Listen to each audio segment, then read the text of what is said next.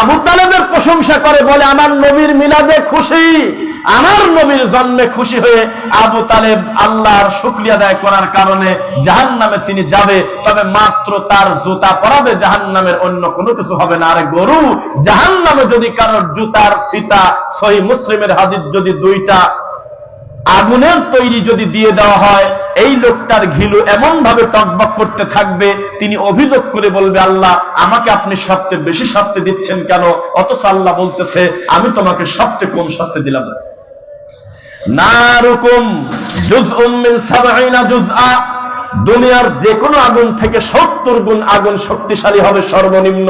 জাহান্নামের আগুন, ওর ভিতরে যদি কোনো মানুষের আংটি পরিমাণ ঢোকে, তার পরিস্থিতি যেমন হবে, পুরা শরীর ঢুকলে পরিস্থিতি কেমন হবে আপনি বলেন। এর নাম হলো জাহান্নাম।